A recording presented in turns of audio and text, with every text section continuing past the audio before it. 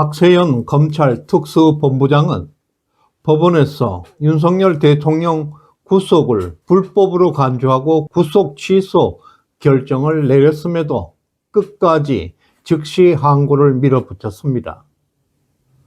대검 지휘부가 만장일치로 즉시 항고 포기를 결정했지만 박세현이는 이를 정면으로 무시하고 막판까지 항명을 이어간 것입니다.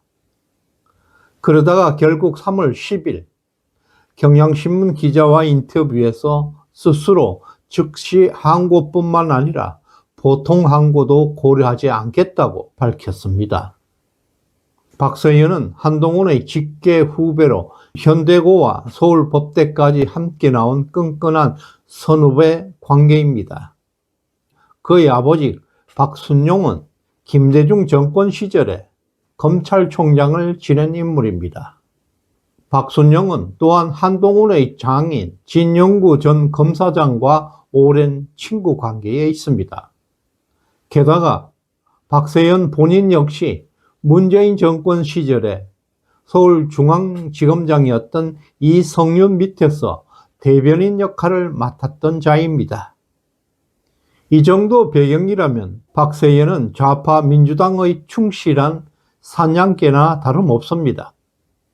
이성윤, 김대중, 진영구, 한동훈으로 이어지는 박세현의 배후에 자리 잡고 있습니다. 바로 그들의 중심에 서서 윤 대통령을 불법적으로 구속하는 데 앞장섰던 인물입니다. 자칫하면 대한민국이 또다시 좌빨들의 쿠데타에 무너질 뻔한 위기의 순간이었습니다. 정말 큰일 날 뻔했습니다. 검찰 쿠데타 박세현의 난에서 두 번째로 지목되고 있는 핵심 인물이 바로 김종우 차장검사입니다. 김종우는 서울 출신, 서울세화고, 서울법대를 졸업했습니다. 놀라운 사실은 이원석 검찰총장 시절에 대검찰청의 핵심 보직, 정책기획과장을 맡았습니다.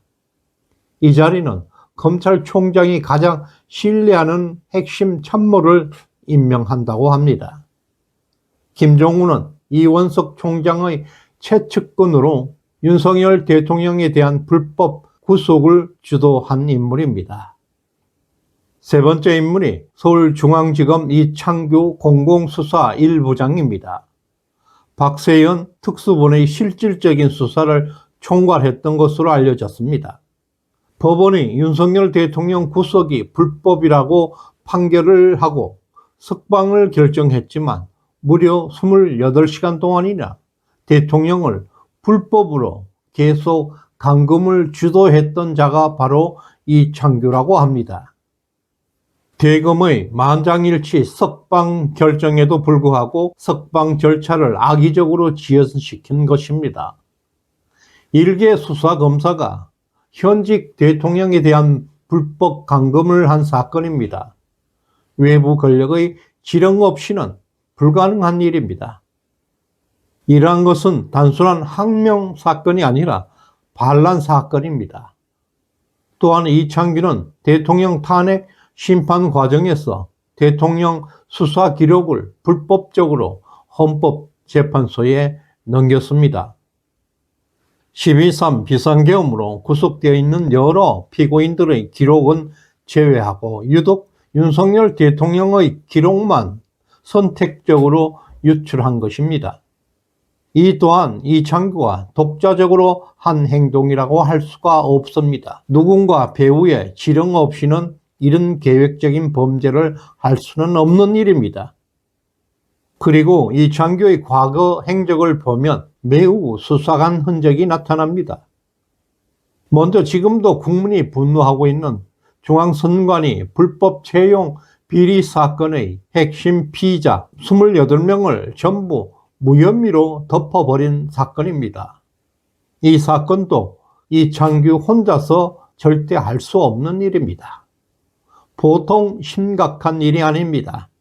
당군 이래 가장 부패했던 선관위의 채용 비리 사건을 대통령 탄핵 사건으로 온 나라가 혼란했던 틈을 타서 은폐해버린 것입니다.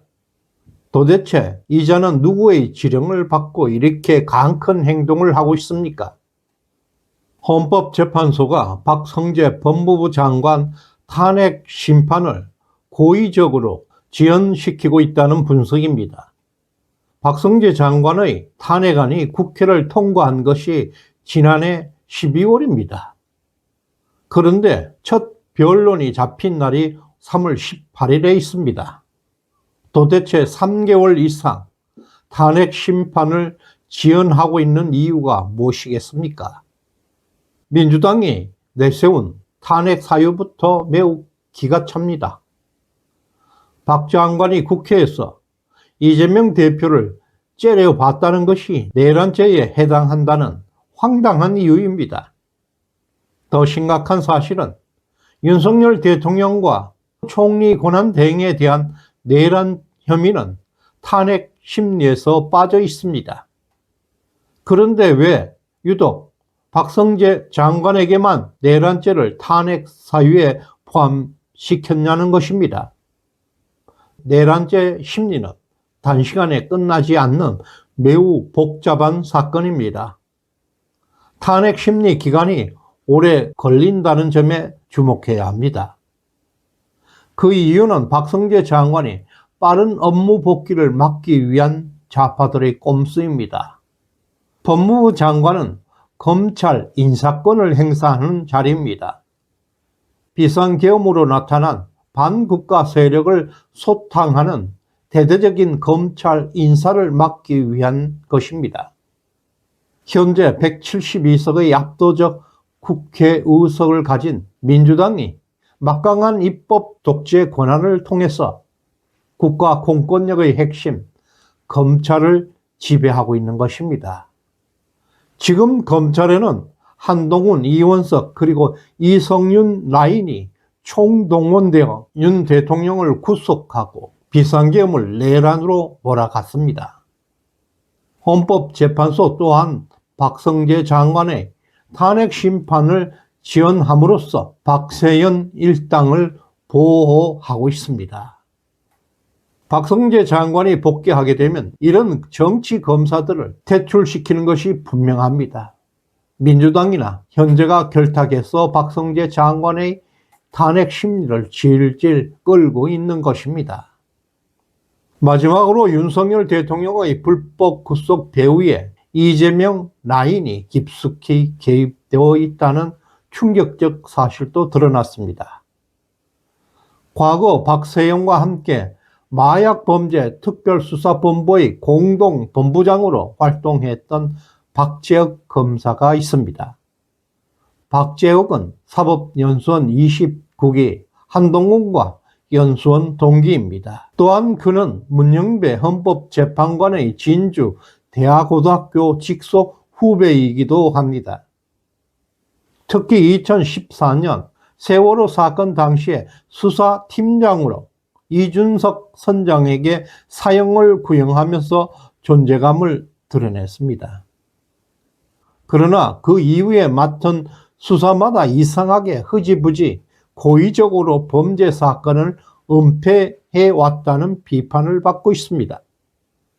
서울중앙지검 강력부장 시절 2조 원대 도박 사이트 사건을 맡고도 제대로 수사하지 않고 고의적으로 사건을 덮었다는 것입니다. 또 성남 지역 조폭과 이재명과의 연결된 사건도 오리무중으로 끝나버렸습니다. 특히 지난 2023년 9월 국회 청문회에서 마약범죄특별수사본부 공동본부장 박재욱을 비롯한 29기 검사들이 마약범죄 수사에 적극 협조하지 않았다는 폭로가 터져 나왔습니다. 오히려 경찰의 마약 수사를 방해하고 압수수색 영장까지 거부했고 마약 사건을 덮었다는 의혹을 받고 있습니다.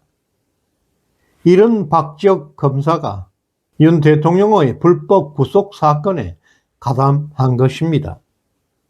이번 12.3 비상계엄의 검찰 특수본을 구성했던 인물들은 정치적으로 물들어 있는 타락한 반 윤석열계 검사들이었습니다.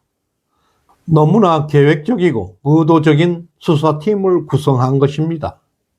친한계, 친이계들이 들깨같이 달려들어서 윤 대통령을 물어뜯었던 사건입니다. 바로 윤석열 대통령을 무너뜨리는 그 배후에는 한동훈, 이성윤, 이재명, 문재인의 잔재들이 깊숙하게 가담한 것을 알 수가 있습니다. 정말 윤석열 대통령의 계몽령은 탁월한 것이었습니다. 온 국민이 윤 대통령의 계몽령에 동참했습니다. 그 결과 정말 기적 같은 일이 일어났습니다. 검찰의 쿠데타를 단기간에 제압한 것입니다. 이미 검찰의 권력투쟁은 내부적으로 정화될 수가 없는 조직입니다. 화합과 통합으로 해결될 수는 없을 것입니다. 오로지 반국가 세력은 청산되어야 하는 집단입니다. 시대정신연구소에 후원해 주신 덕자님, 명나혜님 진심으로 감사드립니다. 구독, 좋아요 꾹 눌러주시길 바랍니다. 고맙습니다.